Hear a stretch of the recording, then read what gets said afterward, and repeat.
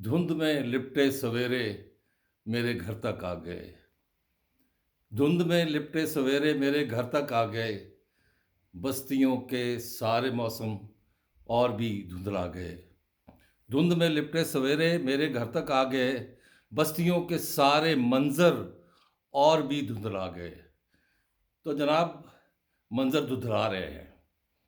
जूं जूं इलेक्शन की तारीख करीब आ रही है, मंजर धुंधले होते जा रहे हैं। वैसे इलेक्शन और धुंध का भी आपस में चोली दामन का साथ है। गुलाम गर्दिश में ताहिर परवाज आपकी खिदमत में हाजिर है। क्यों, फिर मज़ा आ रहा है? इलेक्शन का प्रोसेस चल रहा है। जो लोग जिनके कागजात मुस्तरद किए गए थे, उन्होंने अपीलें की, उनकी अपीलें मंजूर हो रही हैं। चाहे वो पीटीआई के हैं, चाहे पीपल्स पार्टी के हैं, चाहे नून लीग के हैं, और कुछ के अपीलें खारिज हो रही हैं। ये सिलसिला तो चल रहा है। अब ये कहाँ तक पहुँचेगा, ये कुछ कहा नहीं जा सकता। क्योंकि मैंने एक बहुत पहले, जबकि काजी फ़ायज़ ईसा ने कोई ऐसा ऐलान भी नहीं किया था तारीख के बारे में कि पत्थर पर लकीर है, मैंने उस वक्त कहा था, और मैंने ये कहा था कि निगरान हुकूमत गैर मामूली तौर पर 3 साल के लिए रहेगी। तो तकरीबन 1 साल तो हो गया इनको, या 1 साल के करीब हो रहा होगा। वजह क्या थी? वजह यह थी कि यह हुकूमत जब ऐसे इकदाम कर रही है, जिसमें ये कहते हैं हमने मईशत मजबूत करनी है, इन्होंने सरमायाकारी लेकर आनी है, क्या ये काम मुंतखब हुकूमत नहीं कर सकती? अगर मुंतखब हुकूमत कर सकती होती तो वो पिछले दौर में कर सकती थी। पिछले दौर में एक सफ़ा था, एक पेज, और आज उस एक पेज के दूसरी तरफ कुछ और लिखा है और एक तरफ और लिखा है। ये कहा जा रहा है कि जनाब सारे काम तो बॉस किया करते थे। बॉस से मुराद जनरल कमर जावेद बाजवा। और कमर जावेद बाजवा का कहना है कि मुझे जब ये बॉस कहते थे इमरान खान, तो मैं उन्हें कहता था नहीं, आप बॉस हैं। लेकिन यहाँ भी गेम कुछ और थी।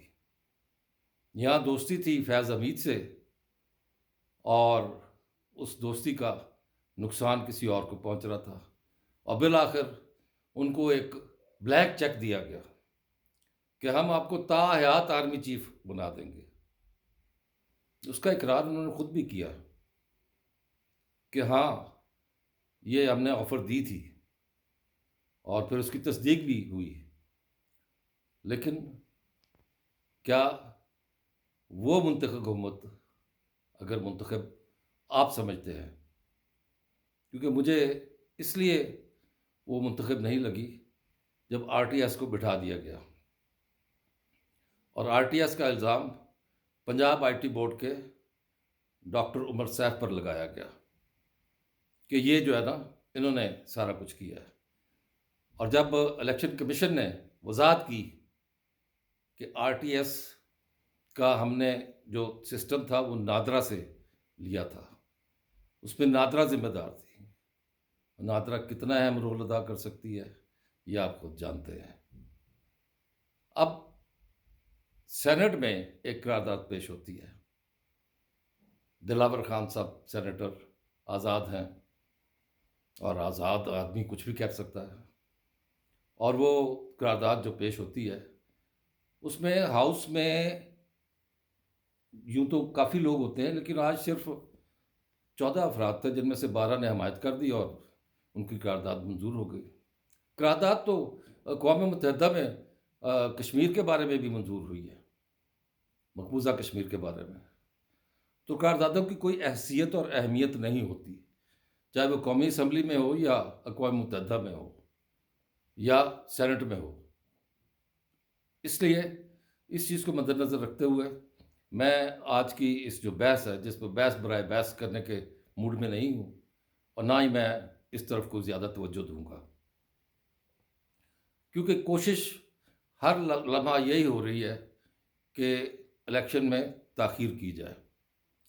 और काजी फ़ायज़ ईसा ने जो पत्थर पर लकीर लगाई है, उसको मिटा दिया जाए। वो मुझे होता हुआ नज़र नहीं आ रहा कि वो लकीर मिट सकेगी, लेकिन कोशिश हो रही है और उसका एतराफ़ उन्होंने भी खुद भी किया है कि ऐसा है कि लोग क्यों ऐसी बात करते हैं। उन्होंने तो यहाँ तक कहा कि अगर किसी ने इस बारे में कोई ऐसी बात की, अगर बहुत उनको ज़ोर की आई हुई है, तो वो अपनी बेगम से बात कर लें। तो ये बेगम से तो नहीं, ये तो सेनेट के ऐवान बाला में ये बातें हुई हैं। उस पर अब काज़ी फ़ायज़ ईसा का ज़ोर नहीं चलता, क्योंकि वो ऐवान बाला है, जिस पर पार्लियामेंट की कोई भी कार्रवाई है, उसको उस पर कोई रद्द अमल या कोई उस पर फ़ैसला सादर नहीं कर सकती कोई भी अदालत पाकिस्तान की। इस चीज़ को अगर आप ज़हन में रखें, तो एक अहम नुकता मैं आपको बताना चाह रहा हूँ। मार्च में सेनेट के बहुत से अरकान फ़ारिग हो जाएँगे और मार्च में जब अरकान फ़ारिग हो जाएँगे, ये वो चीज़ जो मैं बता रहा हूँ कि होने क्या जा रहा है। तो सेनेट में कार्रवाई कोई नहीं हो सकेगी जब तक कि नए अरकान ना आ जाए। जिन अरकान की मुद्दत पूरी हो रही है, उनके दोबारा इंतखाब की ज़रूरत है और वो इंतखाब सूबाई और कौमी असम्बलियों में होते हैं और उसके लिए जब तक इलेक्टोरल कॉलेज मुकम्मल ना हो, ऐसा नहीं हो सकता।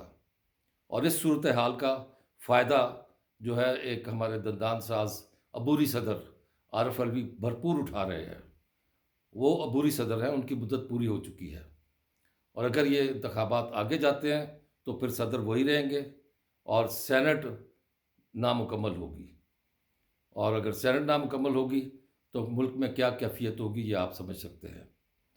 तो मेरा नहीं ख्याल कि कोई ऐसी मुहिम जोई किसी को भी करनी चाहिए, चाहे वो बाख्तियार है या बेख्तियार है या ज़ोरावर है, उसको कोई ऐसी चीज़ नहीं करनी चाहिए। गो के सियासी जमातें बिल्कुल इस मामले में मौलाना फजल रहमान फरमा चुके हैं कि उन पर हमले भी हुए हैं और वो जायज़ बात कर रहे हैं कि सिक्योरिटी सूरत हाल ठीक नहीं है। मौसम की शिद्दत के लिए आप ज़्यादा कपड़े पहन लें। मतलब ये है ना, वो जैसे कहते हैं कि एक दफ़ा पता नहीं कहाँ कैत आया तो मलका बरतानिया ने कहा कि अगर रोटी नहीं है तो डबल रोटी खा लें।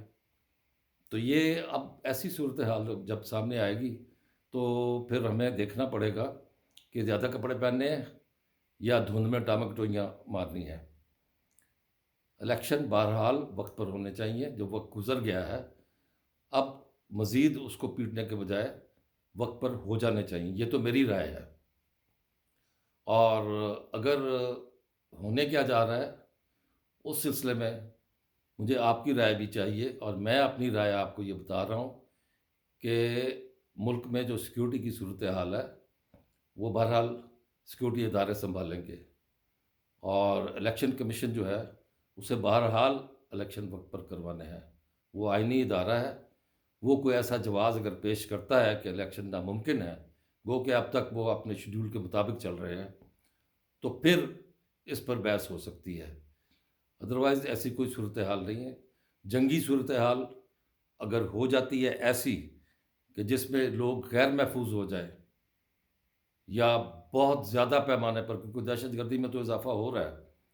वो जो तोहफ़े हमने 40,000 के करीब कलअदम टीटीपी के मँगवाए थे अफ़गानिस्तान से, वो वापस नहीं गए और अब तो अफ़गानियों के गैर मुल्की गैर रजिस्टर्ड शुदा जो अफ़गानी हैं, उनकी वापसी का भी कोई ऐसा चर्चा नहीं सुनने में आ रहा और यूँ लगता है कि जैसे वो जो एक अफ़गानिस्तान का अभी रिसेंटली एक वफ़्द आया था, वो शायद यही कहने आया था कि भाई जी, हमारे पास खाने-पीने के लिए कुछ नहीं है, इन लोगों को आप अपने पास ही रखें और हम आपके लिए ये काम करेंगे कि वहाँ से कोई दरअंदाज़ी ना हो, वहाँ से कोई हमला ना हो।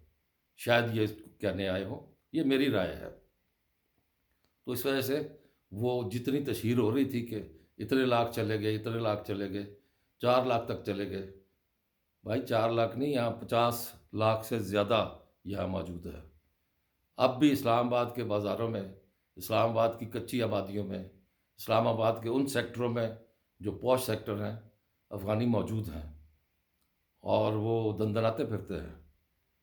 तो और वो आपके लिए किसी भी वक्त वबाल जान बन जाएंगे। तो बेहतर यह है कि इस सिलसिले को ख़त्म कीजिए और अपने मुल्क की खैर बनाएँ और अपने मुल्क में हालात को बेहतर करें और मुल्क को जमहूरियत की राह पर चलने दें। आपने अगर सब्सक्राइब नहीं किया तो अब कर दीजिए और बेल आइकन को दबा दीजिए और इसे पसंद आया हो तो अपनी राय के साथ इसको ज़रूर शेयर करें दोस्तों को। मुझे राय मिल रही है, मैं आपका शुक्रगुज़ार हूँ, लेकिन राय अपनी ज़रा ज़्यादा से ज़्यादा दीजिए। बहुत शुक्रिया। अल्लाह निगहबान।